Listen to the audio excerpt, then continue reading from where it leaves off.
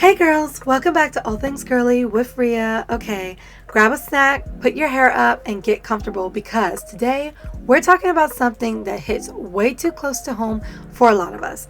Dating while we're online college students. Like, let's be real for a second. You're doing college from your bed, your camera is off half of the time, your social circle is basically your cat in a group chat with two friends who are just as tired as you are, and you're supposed to find a boyfriend. Girl, please.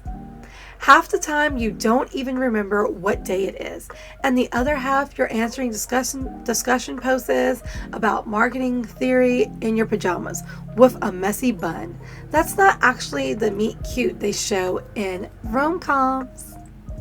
And yet you still want love. You still daydream about someone texting you good morning beautiful. You still watch those soft TikToks where the girl is in his hoodie and they're baking cookies together and you think, why can't that be me? So this episode is for you if you're still trying to date but you're shy, you barely go out, you don't get approached in public, and the apps feel like a dumpster fire of, hey, what you doing?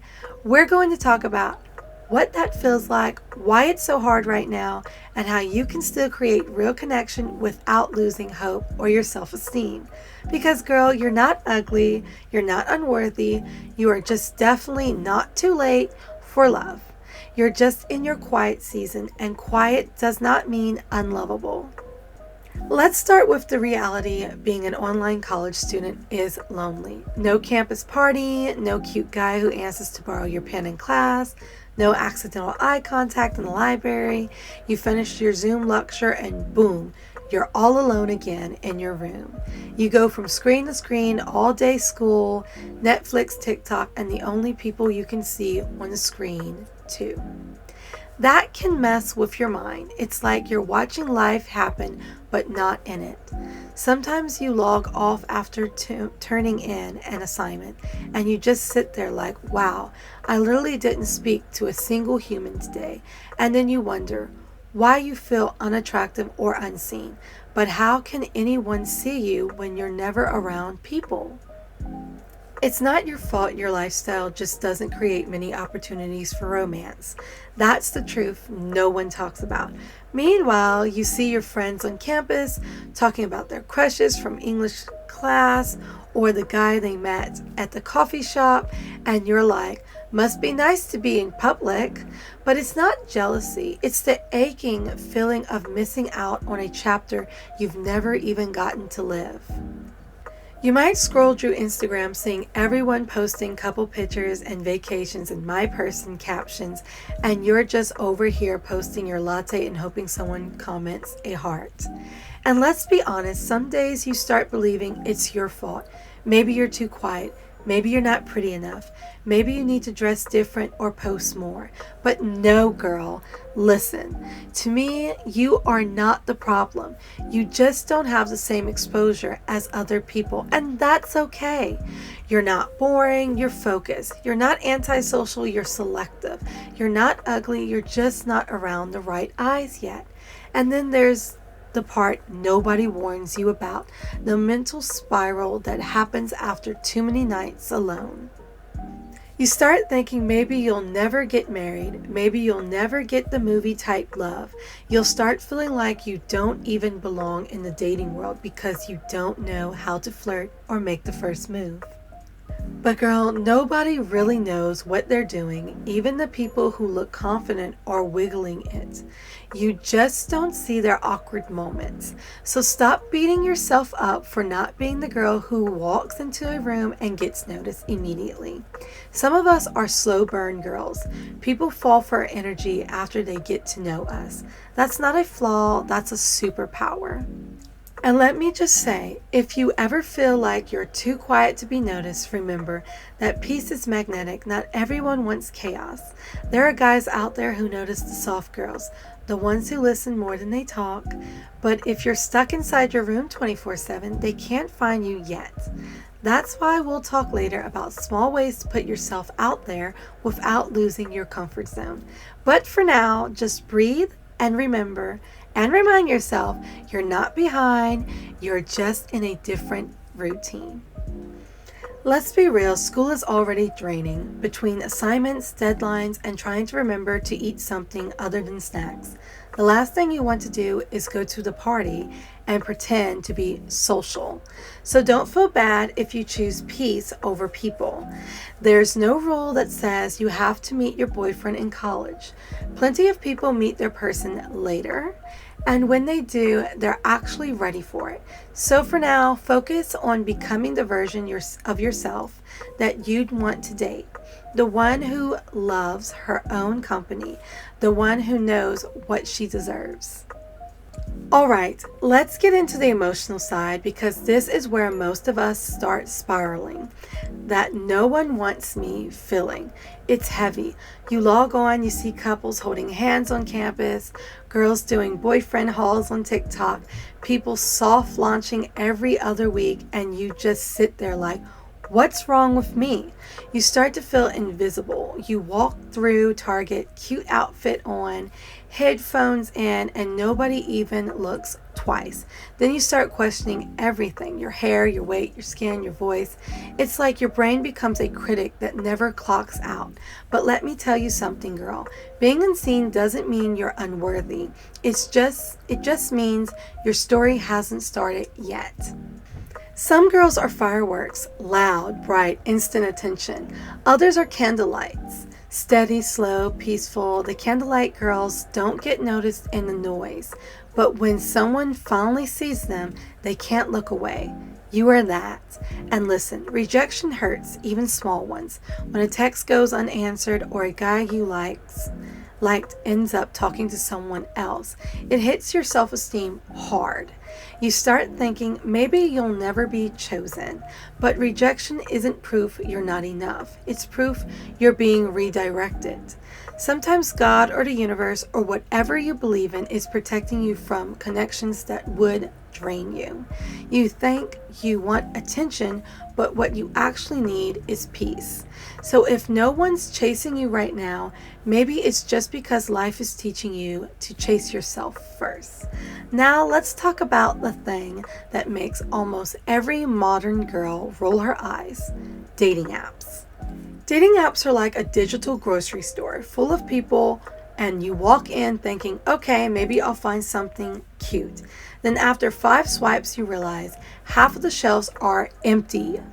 On there, half expired, and the one good option doesn't text back. You match with someone, talk for a day, and they disappear. You match again, same story. You start thinking maybe you're the problem, but no, the apps are just chaos. They'll make you feel like you have an endless options, but really it's the same 5 people recycled every week. And the worst part, it tricks you into believing you're replaceable, because when someone stops replying, you know they've already started talking to 5 other people. That messes with your senses or your sense of worth, especially your sense of worth, if you're not careful. Here's the truth. Dating apps are not evil, but they're not built for emotional girls who want a real connection. They're built for a quick hits of validations for entertainment, for people who want something fast, not something lasting. So if you use them, treat them like an option, not your only hope. Use them when you're in a good mood, not when you're lonely or insecure, because if you log on while you're feeling unloved, every little thing will sting. And girl, please stop entertaining people who give you crumbs. You know that type. They text, hey, at 2 a.m., or you up, or you're so pretty, but never ask how your day was. They love the attention, not the connection. Delete those conversations. Block if you have to. You don't have to prove your worth by waiting for someone to change. Your peace costs too much to keep renting it out to people who don't care. If dating apps have destroyed your self-esteem, here's your reset routine. 1.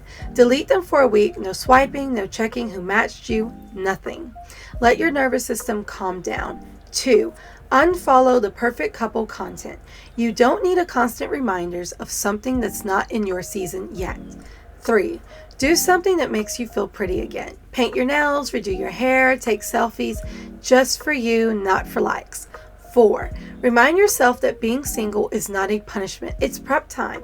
You're not unloved, you're becoming.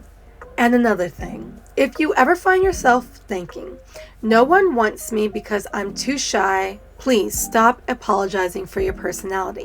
There are men out there who find gentle girls irresistible.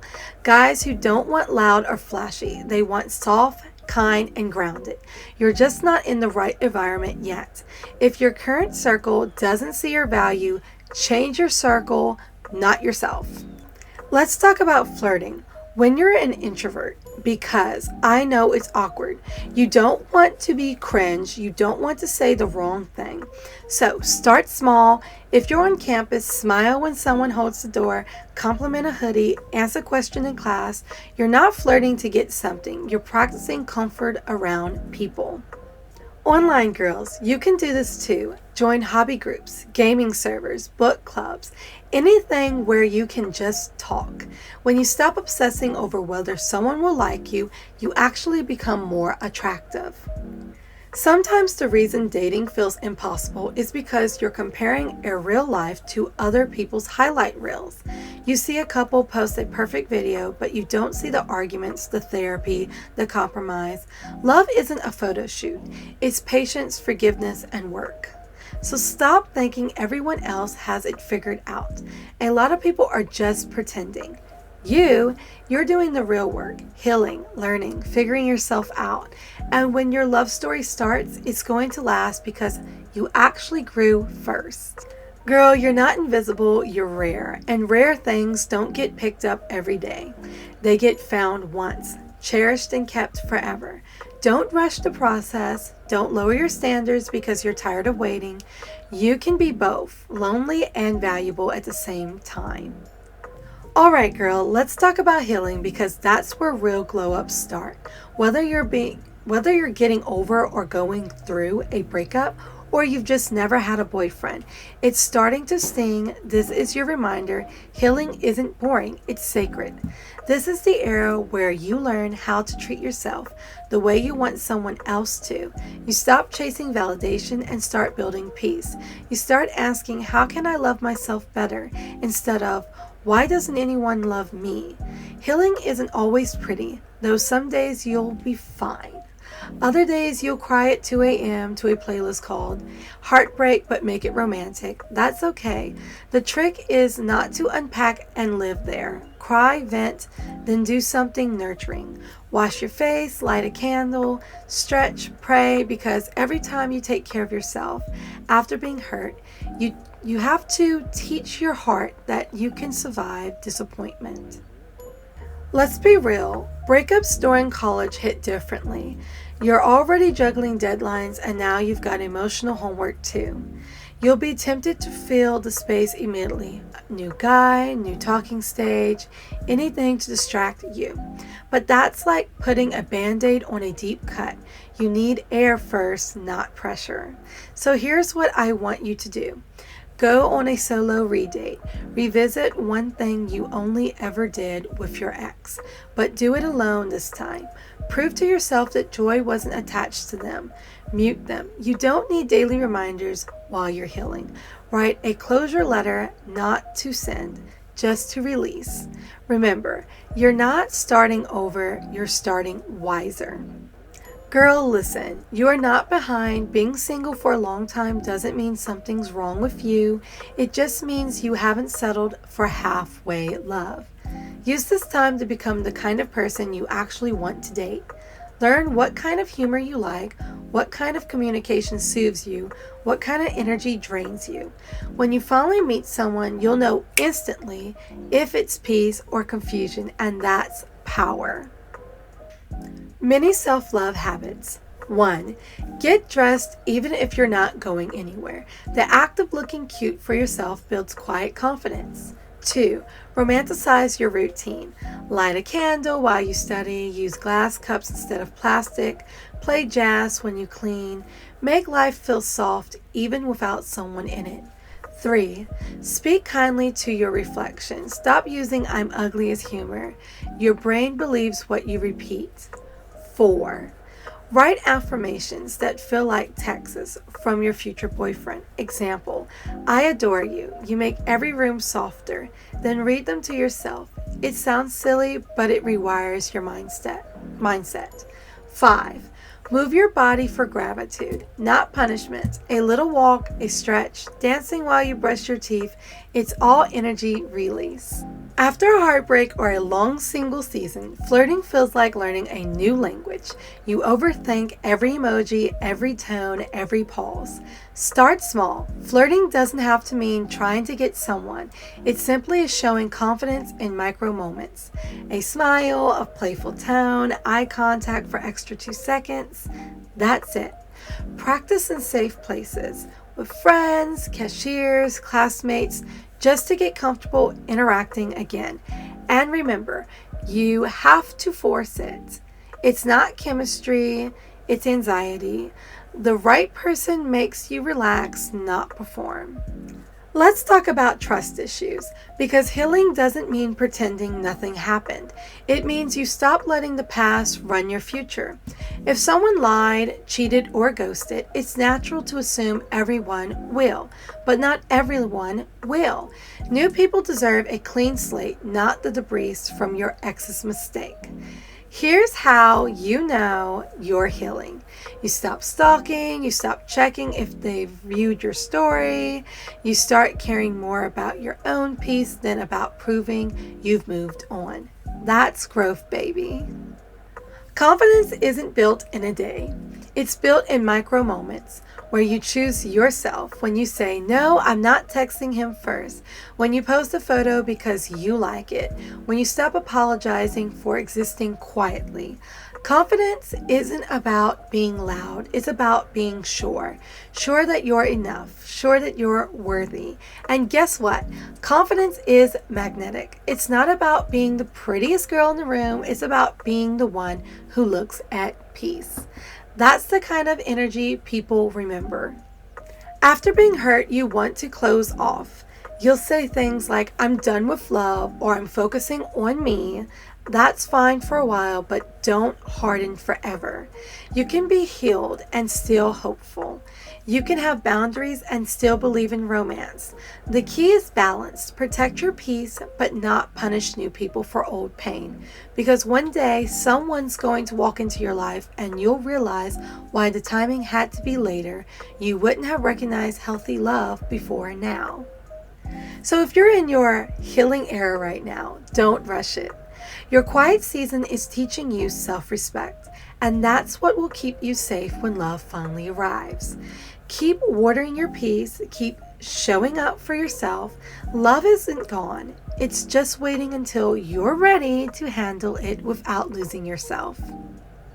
Okay, bestie, now that we've cried, journaled, and healed halfway through our emotional damage, let's get practical, because healing is cute, but we still need a social life, at least a small one. Dating while being introverted isn't about becoming a whole new person. It's about working with your personality, not against it. You don't need to turn into the loudest girl in the room. You just need to make room for someone to notice you. So let's go over some real life ways to do that. 1. Start with micro-social movements. Think tiny. Compliment a stranger's bag. Ask a classmate what the professor meant by that confusing assignment. Even as I love your hair can open a doorway. These micro moments train your brain to see people as approachable and not scary. Do one small social act a day. You'll be shocked how quickly your confidence grows when you stop treating every interaction like a huge stakes or a huge stack of auditions. 2. Change your scenery at least once a week. I know home is safe, your blanket is warm, and your cat is judgment-free, but love isn't going to crawl through your Wi-Fi. Take your laptop to a coffee shop, library, or park bench. Even if you don't talk to anyone, being seen regularly builds familiarity. That's how people start to recognize you. You don't have to start a conversation. Sometimes just showing up in a world is step 1. 3. Join something that already fits your vibe. Look for book clubs, study groups, volunteering events, or church groups. When you share an activity, small talk feels natural. You already have something to say besides "so weather." If you're an online only, join virtual spaces like Discord servers, Facebook groups, subreddits, or campus clubs that meet on Zoom. Keep your camera on once in a while. Let people see your smile. That's literally how friendships and sometimes relationships begin. 4. Be approachable, quiet.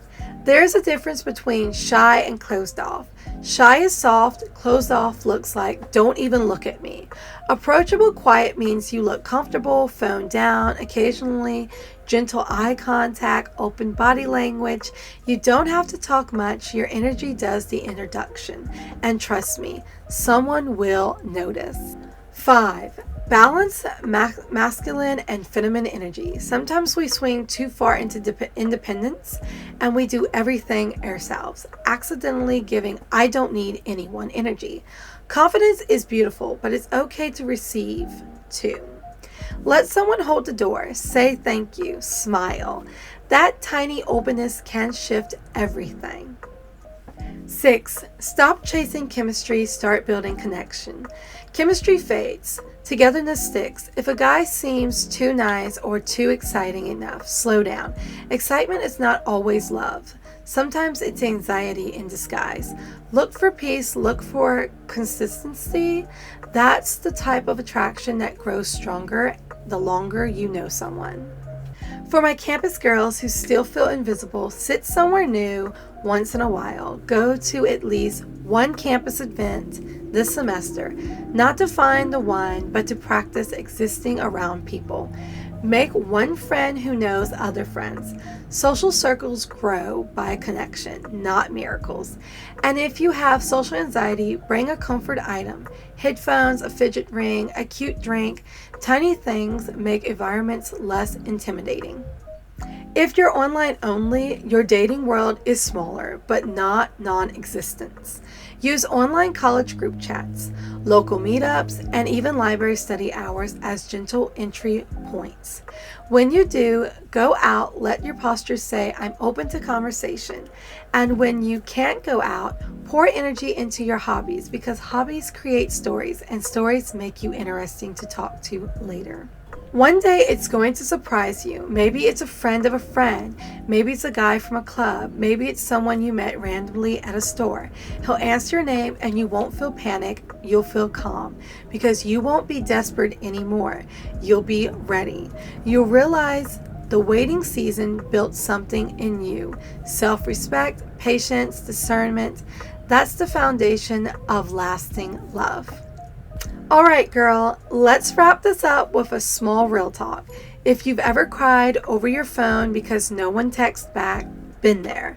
If you've deleted dating apps just to re-download them the next day, been there too. If you felt too quiet, too awkward, too unseen, same. But listen closely. You are not hard to love. You are just someone who refuses to settle for surface level affection. And that makes you rare.